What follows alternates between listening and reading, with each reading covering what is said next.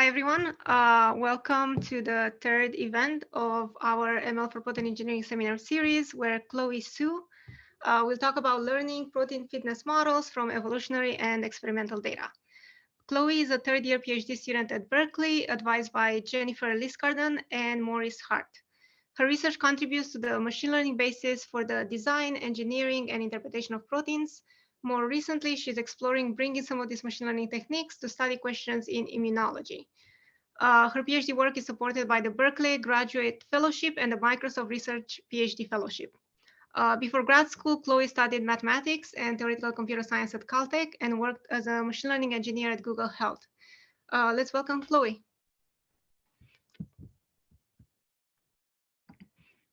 Thank you, Andrea, and thank you everyone else for being here today. It's really lovely to see so many people interested in the topic of machine learning and protein engineering. So great to see all of you, and thank you for being here. Today, I'll tell you a bit more about our recent work from last year on learning protein fitness models from evolutionary and assay-labeled data. Some of the content covered here today will be also found in the paper if you want to check out more details, but I will also try to do a more personal take on some of the behind the scenes stories that might not be there in the paper. And please feel free to interrupt during the talk if there are any questions, and I'll also be very happy to take questions at the end.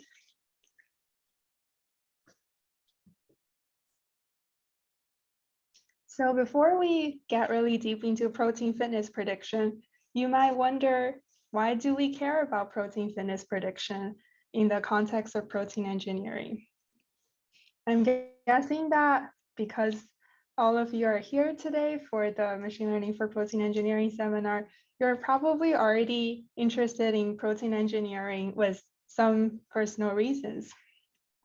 When I think about protein engineering, there are perhaps two broad categories of computational or machine learning based approaches to protein engineering.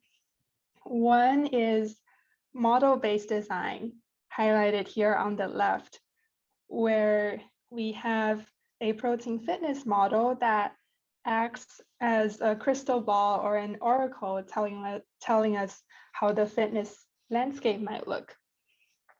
And then given that protein fitness model, we also have an optimization algorithm or a search algorithm, or sometimes also called a design algorithm, that works with the protein fitness model and kind of goes on the landscape to zoom in and find particularly good designs according to the protein fitness model.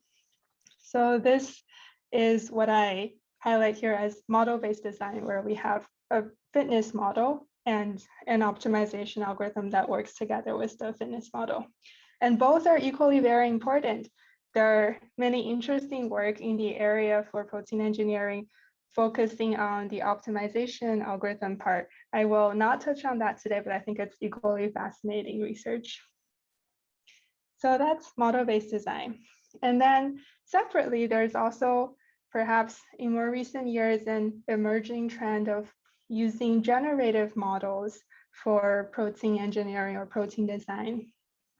In the generative model approach, instead of having separately a fitness model and an optimization algorithm, it's combined together in one, where we tell the generative model what we're looking for or what types of proteins we might want to design. And then the generative model will imagine or paint the desired outcome in one. So there are these two approaches. And I think protein fitness model is not only important in the first one, but also very relevant in the generative model approach as an evaluation method. It's overall quite difficult to evaluate generative models, but if we are able to get likelihoods for different protein designs from the generative model, then we can use protein fitness prediction as a way to evaluate the generative models. So I think protein fitness prediction is relevant to both approaches to protein engineering, both machine learning approaches to protein engineering. There are also many other interesting, perhaps non-machine learning based approaches to protein engineering. Okay, with all that being said, fitness here is a pretty loose term, and fitness could mean a lot of different things. It could mean stability, it could be enzyme activity, or it could be binding affinity. So fitness here is a pretty broad umbrella term that captures any protein property or function that we're interested in.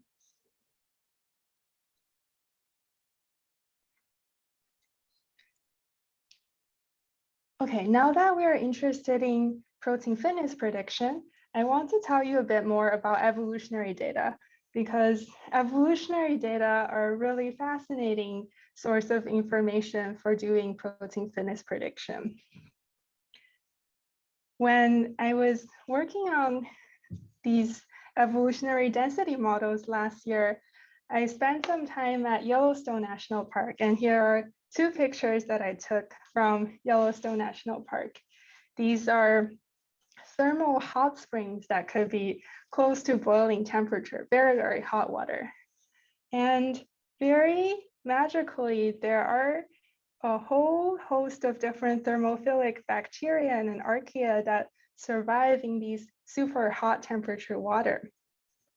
The beautiful colors you see here in the pictures, the yellow and the green and the red and brown color, these different colors actually come from different types of thermophilic bacteria and archaea.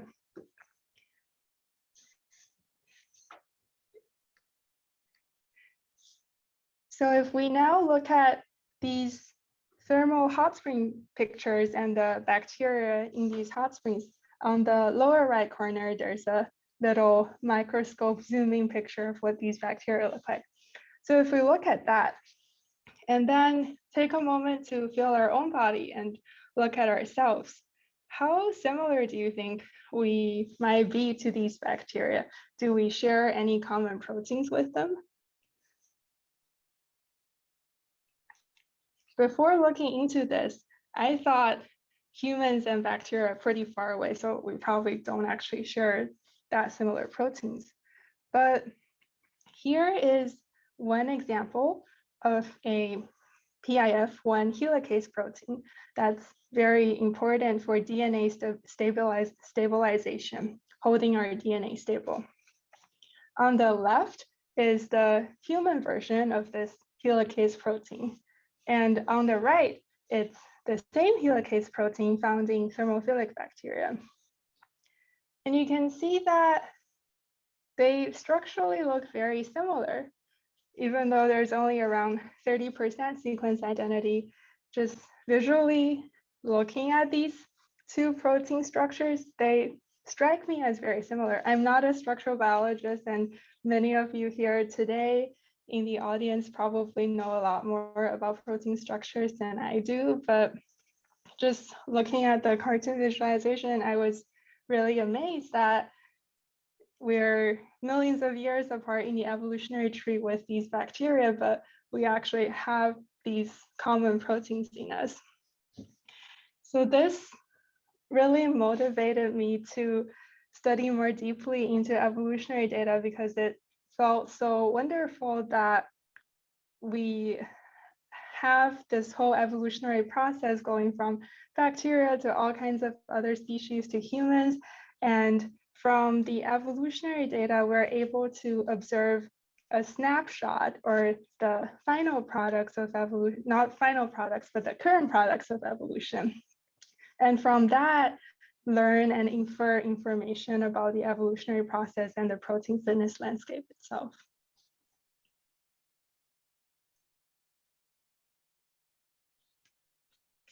Here is one drawing representation of the evolutionary tree.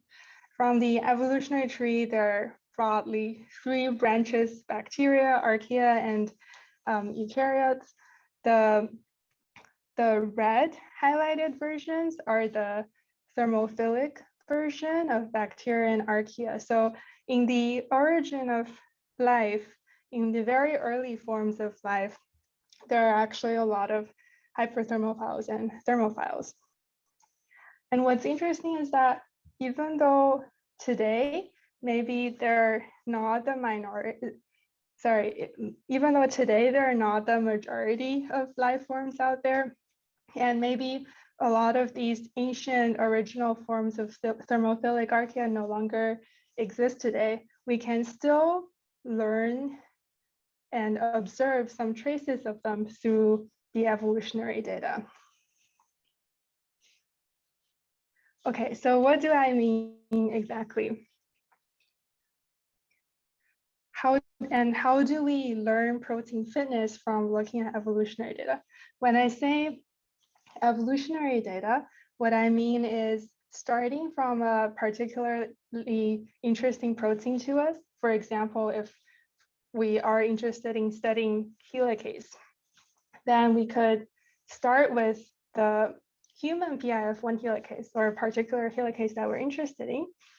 And then starting from this helicase, we can go into the whole database of known protein sequences and find other helicase sequences that are similar to the one that we want to study. So in this particular example, perhaps we start from the human helicase, and then when doing a similarity search on protein sequences, we might get a lot of other helicase sequences in other eukaryote species. And then if we further relax the similarity threshold, we might also include in our search bacterial helicase sequences. So as a very simplified representation of what a search result might look like, as a query, we could have the human PIF1 helicase sequence as the target protein of interest. And then here I picked one example of a bacteria helicase that might turn up in such an evolutionary search. But in reality, we'll probably actually have a very, very long list of evolutionarily related sequences that could include thousands or tens of thousands, millions of sequences. So now if we look at the sequence, this is what's called a multiple sequence alignment. Here I only am aligning 2 sequences, but if we have hundreds or thousands of sequences, we could also try to align all of them together. And if we look at such an alignment, there's actually quite a bit of information we can learn about protein fitness.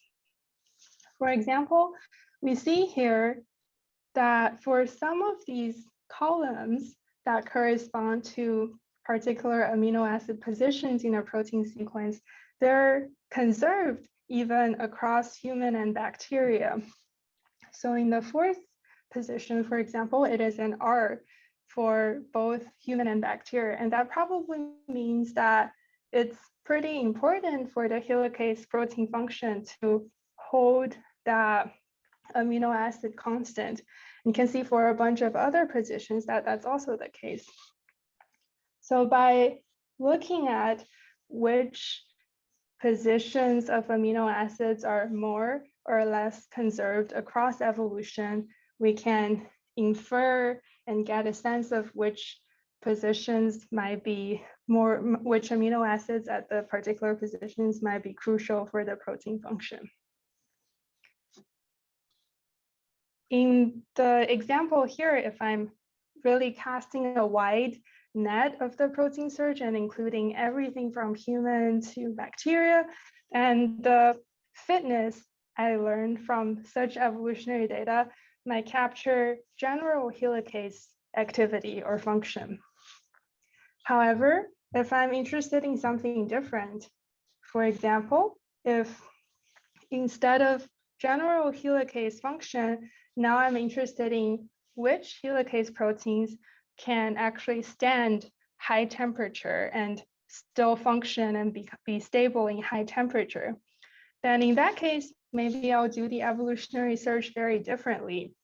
And I would have a much narrower search around the thermophilic bacteria wild-type helicase and try to find only those that are also likely thermophiles that are more closely related to the wild-type thermophilic helicase. And if In that case, we have a narrower search of evolutionary data around thermophilic helicase. Then maybe from that data, we can learn which positions are important for both having a functional helicase and also withstanding high temperature. So as you can see, for evolutionary data capturing these evolutionarily related sequences, how we select the data and how we do the search both shape the end result of the evolutionary density model of what function that we want to present. Okay, so far this is to give a sense of evolutionary data and giving you a sense of why from observing evolutionarily related sequences, we might be able to learn things about protein fitness.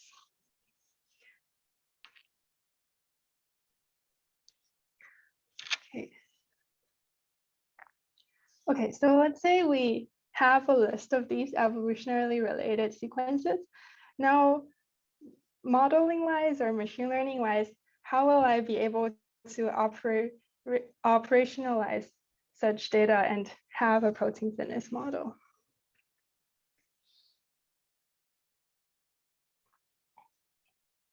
The simplest protein fitness models out there that we use on evolutionary data are probably the hidden Markov models. I'm imagining perhaps a lot of you are already familiar with HMMs, or if you use some of the bioinformatics tools out there for creating multiple sequence alignment, for example, jackhammer, HH-blitz, if these names sound familiar to you, they're actually all based on hidden Markov models. In hidden Markov models, we model site-specific amino acid features. What it means is that we look at the preference for amino acids at every position independently without considering interactions between the residues.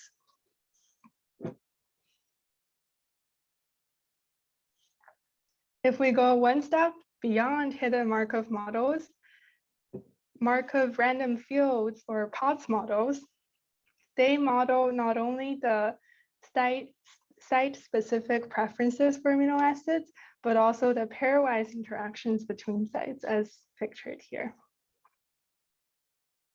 Even though they might look pretty simple, POTS models are already very effective tools for modeling evolutionary data. And there's a whole literature using POTS model for protein structure prediction and protein engineering. And as you can see, even though they might seem simple by modeling only site-specific features and pairwise interactions, the pairwise interactions are actually pretty expressive features, because if we have a protein sequence, for example, of length 100, then there are on the order of 100 squared or 10,000 different pairwise features. So in comparison to hidden Markov models, POTS models really have a lot more features in them looking at these pairwise interactions. And sometimes we might not have quite enough data to use all of that many features freely. And in such cases, people often use POTS models that are regularized in some way as regularization to make sure that we're able to use more features in the POTS model, but without overfitting too much. Starting from hidden Markov models and POTS models as simpler models for protein fitness landscapes, there are also more complicated or more richer models for modeling higher order interactions. These could be deep learning based approaches such as variational autoencoders or other deep learning models, transformer models that might be familiar with, and a lot of other ways to model higher order interactions.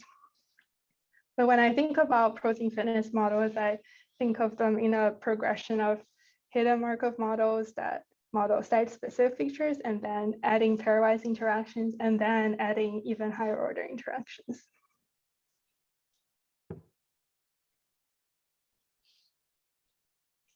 Surprisingly, sometimes these simple models already could predict to some extent protein fitness in the example here of fluorescence of green fluorescence protein.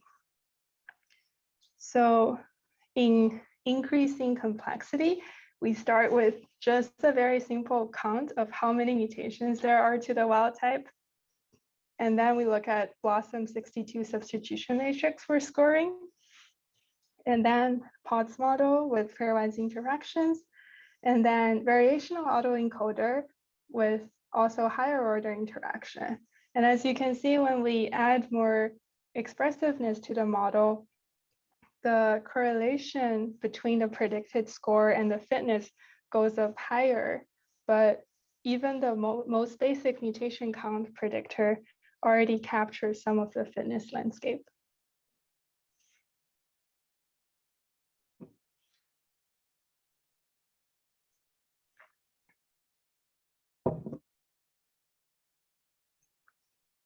I wanted to share a quote here by Mary Kondo. I don't know if everyone knows who Mary Kondo is, but she's really pioneered the cleaning approach to organizing our homes or other households.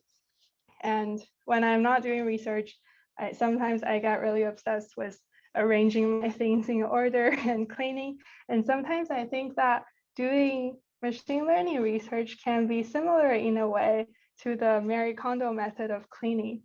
The quote here says, "To truly cherish the things that are important to you, you must first let go of those that have outlived their purpose, and doing so by acknowledging their contribution and letting them go with gratitude."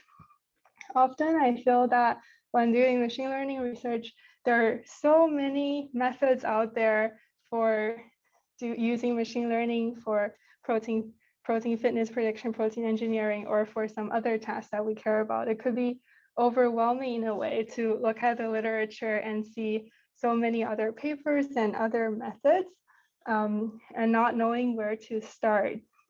So through the process of working on this project and comparing, analyzing different methods, I learned that sometimes it's hard to immediately see at first which method will be necessarily the most fitting for a particular problem. So there's a trial and error process and discovering which pieces are important for this problem. And it could be sometimes that we need different pieces from different existing machine learning methods out there. So it's almost like a cleaning process of trying different things and seeing which things are important, or taking pieces of a thing, but then recognizing perhaps their original purpose is different from the problem at hand that I'm tackling. So just a little food for thought here. All right, so how that segues into this next topic is that from looking at evolutionary data, I learned that evolutionary data is really, really powerful, and there is a lot that we can learn from these evolutionary density models. But then sometimes in practical scenarios, we'll have not only just the evolutionary data, but also some experimentally measured labels for variants of a particular protein. So again, using the helicase example as a motivating example, it could be that we have these evolutionary data of helicase in different species. But on the other hand, maybe we also have a particular assay in lab that could measure the effects of single, double mutations, local mutations around the human helicase. And how do we combine these two different types of data is also a very interesting question. Before we started playing around with it, I wanted to share that I was very inspired by the low-end protein engineering paper that came out perhaps 1 year or 2 years earlier. It didn't quite formulate the problem exactly in this way, but I was very intrigued by how so this paper was done by Serge and then some other people at Harvard. I think it was a really interesting paper because they showed that with just a few experimentally measured label, I think it was 24 to 96 in the paper, they were able to get results on protein engineering that seem to show a significant improvement or boost. So initially, when looking at the low-end protein engineering paper, I was quite puzzled. I was quite puzzled and I was in disbelief for a long time. I didn't believe that just with 24 or 96 examples, they could do so much. But after really dissecting it and looking at it for a long time, I realized, oh, wait a second, it's because they also use evolutionary data. And the evolutionary data in that approach probably actually also plays a very significant role. And then on top of that, there's the experimentally measured data. So that was part of the inspiration of, okay, it could be a very powerful thing to combine the evolutionary density model and the experimental measured data. What we wanted to do a bit differently from the low-end protein engineering approach is that we didn't want to be tied to a particular evolutionary density model. We wanted to have a more general approach that's plug and play in a way that people can use different evolutionary density model that might be most well suited for their purpose, and then different ways to incorporate experimentally measured data. So this is the augmented approach, as we call it, which is not really meant to be a state-of-the-art method, but more a simple way to get started on combining these two types of data. And I believe that for specific problems, there are probably even better ways to combine these two sources of data based on the particular problem. Okay, and here's how it works. So we start with first already having an evolutionary density model. And all we need from this evolutionary density model is the ability to score every protein sequence. So given a already trained or learned evolutionary density model based on any existing method, we look at these variant sequences that we have experimental labels for. And then for each sequence, go through the evolutionary density model to get a evolutionary density score. So that's the orange box in here. So one score per sequence. In addition to the evolutionary density score, we also include a one-hot amino acid encoding. So if we have 20 amino acids possible at every position, and then a protein sequence of length 100, then we'll have 20 times 100, 2,000 features in the one-hot amino acid encoding. Now, taking both the evolutionary density score and this one-hot encoding, now we have 2001 features. We put all these features together as features for the augmented model. And then we used a supervised regression on top of this with the experimentally measured fitness labels. So it's very simple. From every evolutionary density score possible that you can get, put it together with the one-hot amino acid features, and then put it in a regularized linear regression model in this case. So the benefit of doing this, there are some more mathematical Bayesian interpretations of how to think about it, but on a high level, the benefit of doing this is to highly use the evolutionary density score as a prior, and then at the same time being able to correct that prior as needed with the additional one-hot encoded features. And because the regularization in the linear model is heavier on the one-hot amino acid encoding, the model will try to prioritize using the evolutionary density score feature whenever possible. And only when it seems incorrect, use the one-hot amino acid encoding features.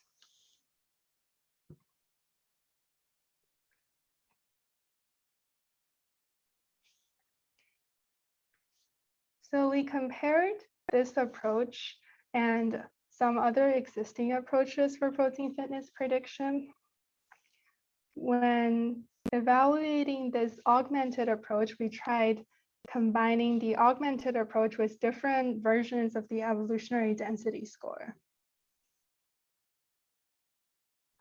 So we have augmented POTS model, augmented VAE, augmented eUniRep, augmented transformer, augmented HMM, and then the non-augmented version. In the non-augmented versions, some of these methods only use evolutionary data or only use assay-labeled data. So it's not entirely a fair comparison because they don't necessarily use the same input data, but just to get a sense of how these methods compare with each other and also get a sense of the relative importance between the evolutionary data and assay-labeled data. We did this systematic assessment on 19 different data sets. And you can see that in general, the augmented versions work better than the not augmented versions. And with the augmented methods, the augmented deep sequence VA method tends to work the best among the augmented methods. I also wanted to highlight one major limitation of this comparison, which is that out of the 19 data sets used for the assessment, most of them, 16 out of the 19, only consist of single mutants. What I mean by single mutants is that they start from a wild type sequence and then only do one mutation at a time on the wild type sequence, and then measure the variants that are each one mutation away from the wild type. And I'm excited that perhaps in the upcoming years, we'll be able to, as a research community, have access to more diverse data sets beyond single mutants. And perhaps in a few years, if we revisit this assessment and include richer data sets that are larger and more variable, maybe we'll find new insights and different results. Hi, Chloe. So Simon is asking in chat, how do you deal with proteins of different sequence length in the alignment? Yeah, that's a really good question. In general, some of these alignment algorithms can capture different lengths by inserting gaps or insertions to handle variable length. So it is true that, for example, for the deep sequence VAE or the EV mutation POTS model, it does require sequences to be aligned to the same length, even though it could be with gaps and insertions. On the other hand, for example, the ESM1B or ESM1B transformer model could be more flexible in taking sequences of different lengths, also the eUniRep model. So it really depends on the underlying evolutionary density model, and some of them do require a fixed length alignment. Okay, second question from William. What kind of regularization do you use on the linear model? So this is L2 regularization, and I have some more detailed explanation on why do we use L2 regularization later in the talk. Okay, what's the impact of sequence length? I think for longer sequences, we will have a lot more features. So it might also interact with regularization differently. And then separately for longer sequences, the model might require more data to cover the different features and the length. Okay, thank you all for the questions.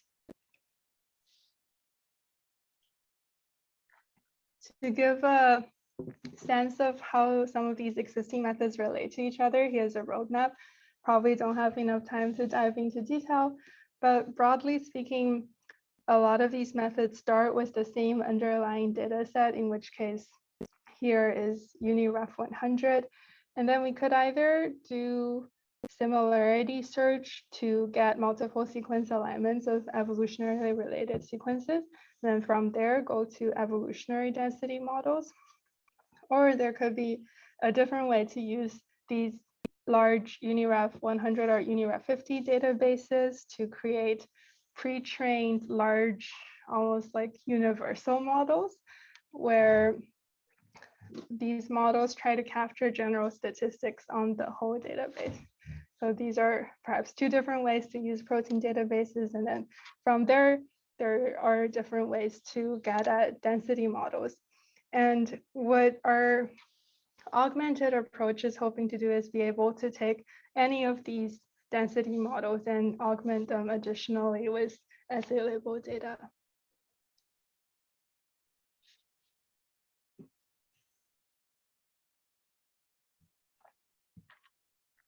A question that I often get when talking to people about this work is, how many assay-labeled data points do I need to really get a benefit on top of the evolutionary data?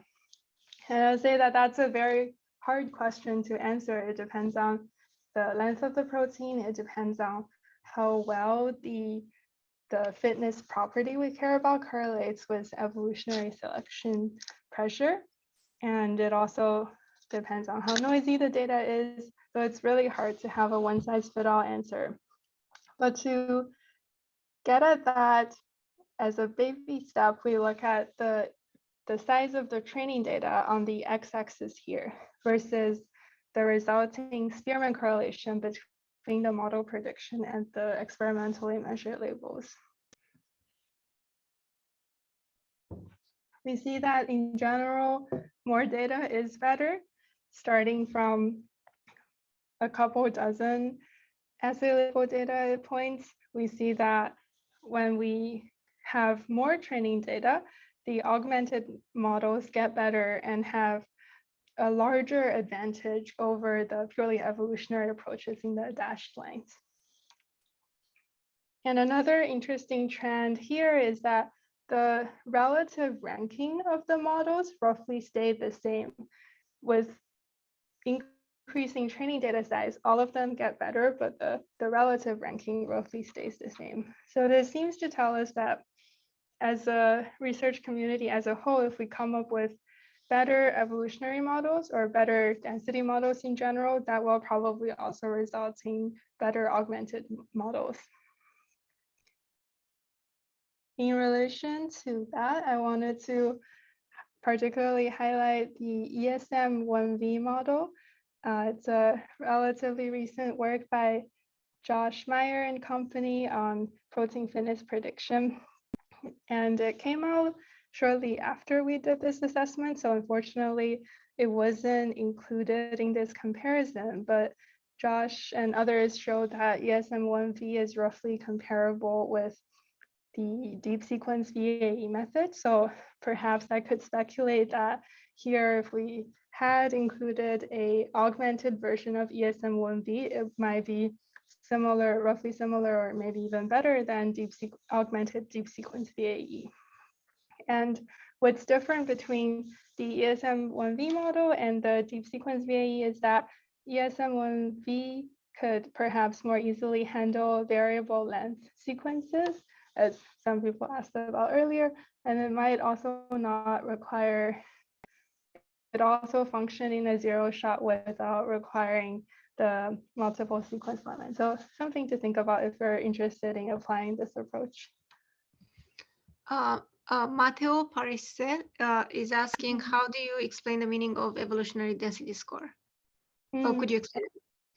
Yeah, I would say a higher evolutionary density score means that this particular sequence is more likely to be observed among similar naturally existing sequences. So it gives a sense of how likely were we to find this sequence in an MSA, or how likely were we to find this as a naturally existing sequence in another species. Thank you, Ms. Hill. Okay, another question here. Is there a benefit in combining evolutionary density scores from different methods? For example, combining deep sequence and ESM density scores with one-hot encoding. So that's also a question that we've thought about and tried in some preliminary experiments. It seemed to us at the time that combining, for example, EV mutation PODS model score with deep sequence VAE score and with unirep score, that didn't resulting additionally better model on top of augmented deep sequence VAE. That being said, today there might be other density models that are more different from those ones, so they might help. And all I can say is among the ones that are among the density models that are evaluated in the paper, stacking them together didn't seem to additionally help.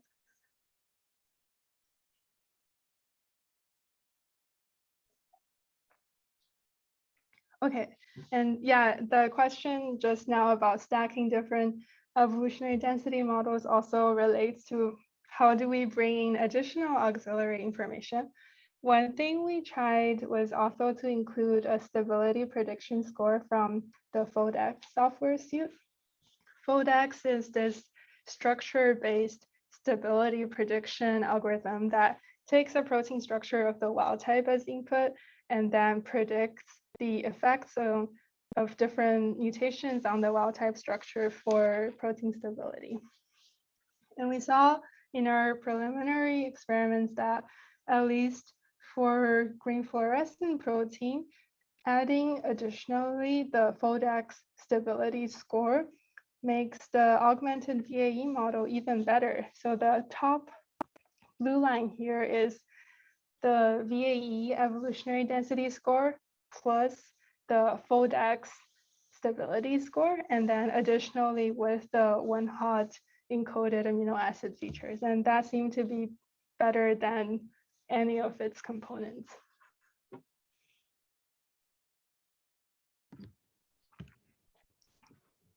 Charlotte asks, does performance drop significantly if you do not include one-hot encodings in the regression?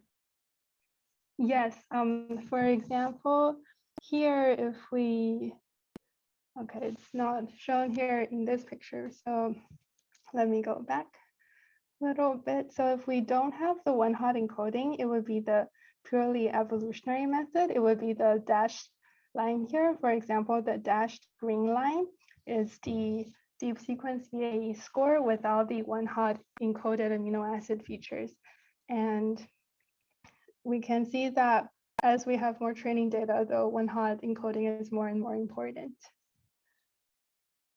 Okay, did you try using other representations, those learned through self-supervision?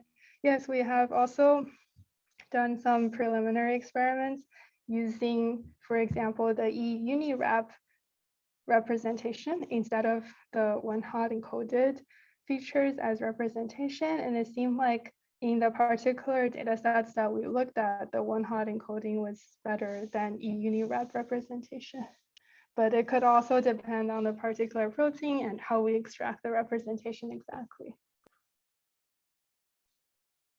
Okay, ECNet, I'm not sure, I did not compare with ECNet. And then there was a question on why are triple and quadruple mutants extrapolations? So here in this setup, the training data only consist of single mutants, and that's why we called it extrapolation. But what is extrapolation or not extrapolation is maybe a bit in the eye of the beholder, to be honest.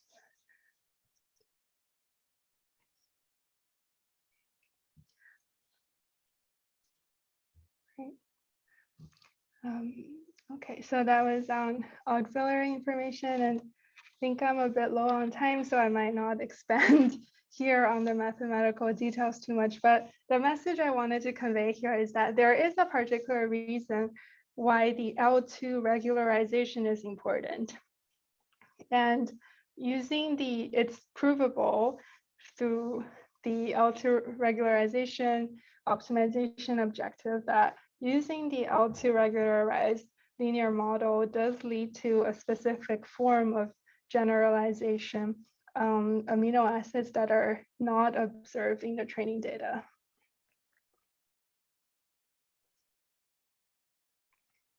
And so the effects of L2 regularization, that's provable on linear regression for the one-hot encoded feature, and a similar result also would hold for the augmented version of the evolutionary density models. So perhaps today I won't dive deep into this, but for those of you that might be interested in why the linear model with autoregularization seems to be so good, this is my attempt to try to answer that, and there's more detail in the method section of the paper. So it turns out that it's not any linear regression model that could work equally well, but it has to be this particular way to represent the one-hot encoded amino acid features, and also with the autoregularization. One intuitive explanation for why that's important is that the mutability, so to speak, of every position in the protein sequence already capture a lot of the predictive power. The blue line here is a linear model on one-hot encoded features, and the orange line is a linear model with only binary features. So if we have length 100, then the orange one with binary features only has 100 features of is position 1 mutated or not from the wild type? Is position 2 mutated or not from the wild type? And surprisingly, just from the binary feature of is it mutated or not, there's already quite a bit of predictive power. So this goes hand in hand with the mathematical explanations on autoregularization to show that a lot of this information that we're learning is actually about the mutability of each site. Okay, so towards the end of the talk, I wanted to give a bit of a more personal take. When doing this project, in the middle of this project, it felt very overwhelming and all-encompassing, and it felt like my relation to the project was a little dot of me in the middle of a really big project, and it felt confusing at times, and it felt like there was always so much to do to really do a fair job of comparing all the different existing methods on all these different data sets. But it was also a rewarding experience. And yeah, I appreciate a lot more now that doing systematic evaluations is hard because there are always a lot of details to think about and a lot of things that could possibly go wrong, and also how to really represent each existing method in its best light and use it in the most representative way. That's also difficult. So thinking back and looking back to my project experience, I thought maybe I could offer a little bit of my 2 cents on what I might do differently next time if I were to do this project all over again. And here are some of my takeaways. The first thing that I would do differently next time is that I would start with the simplest baselines first. In the results, I was highlighting that even the simple mutation count or the linear model worked really well, but that was not really the chronological order of how I tried different methods. And it was probably at least 6 or 8 months into the project before I tried the very simple mutation count baseline. So I remember when I finally tried that 6 months into the project, I was thinking, wow, maybe I should have done this from the very beginning, and that would have perhaps saved me a lot of time or changed how I approach things. So that's one takeaway, is that if you don't remember any other thing from this talk, that's probably one takeaway that I want you to take from this talk. And second, I wish I had thought earlier and more deeply about considerations around how do I manage all the files, because for example, there were 19 different data sets, and then for each data set, there are 13 different methods and all these different files, and quickly it exploded and became a whole mess. So I wish I had thought more deeply and had been more organized in the beginning about managing these data, logging, version control. So a lot of these things I only started seriously thinking about towards perhaps like also 6 months into the project, and then eventually had to redo the whole evaluation analysis again because the previous way I was doing it wasn't sustainable. also something to think about that might save you a lot of time and make it more pleasant. The one thing that prevented me initially from doing it in a more organized way was that I was so excited to get into the project, and I was really excited to get results and see things running. So I was excited and didn't have enough patience to plan it out and try to do it in a more sustainable way instead of sprinting towards the results. Also, along that line, I wish I had written tests for key pieces of code earlier on in the project, and had done a more thorough literature review and mapped out all the different baselines I need to compare to.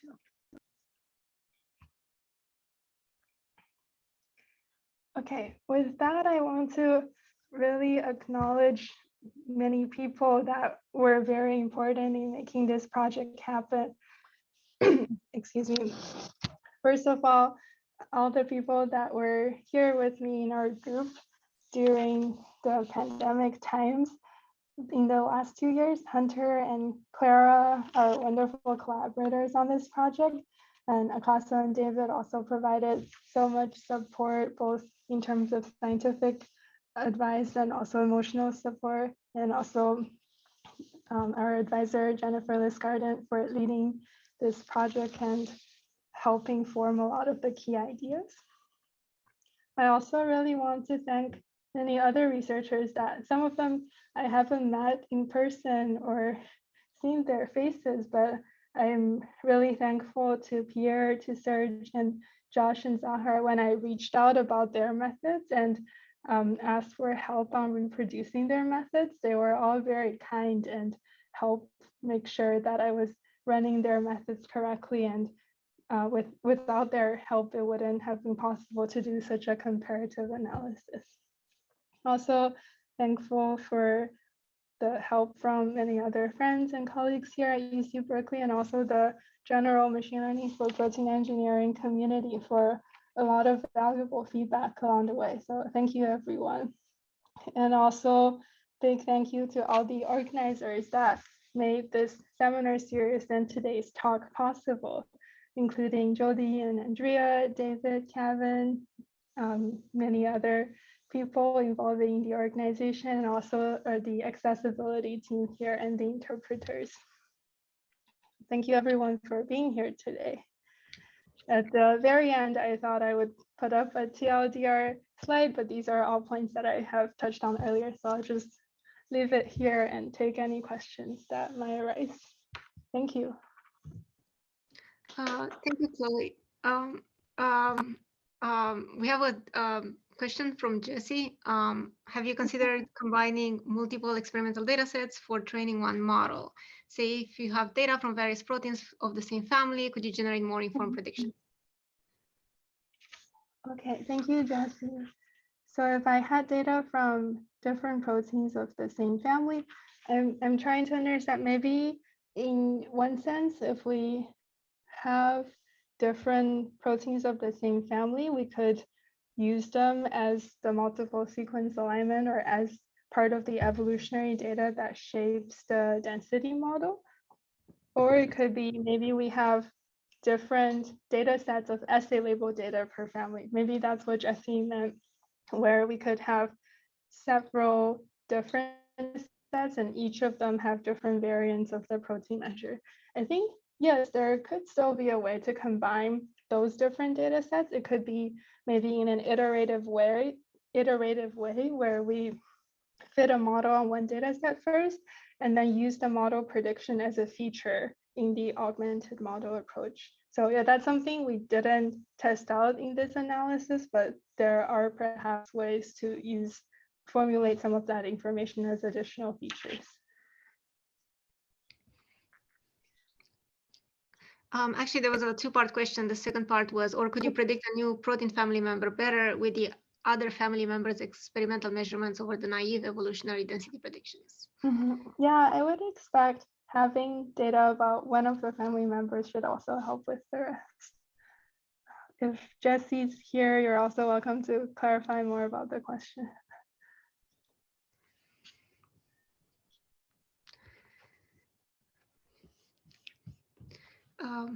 Great. Are there more questions? We are at the end of the time, so let's all thank Chloe for the great talk. I don't know the best way. Maybe we all unmute and clap, or make a visual clap. Thank you, Chloe.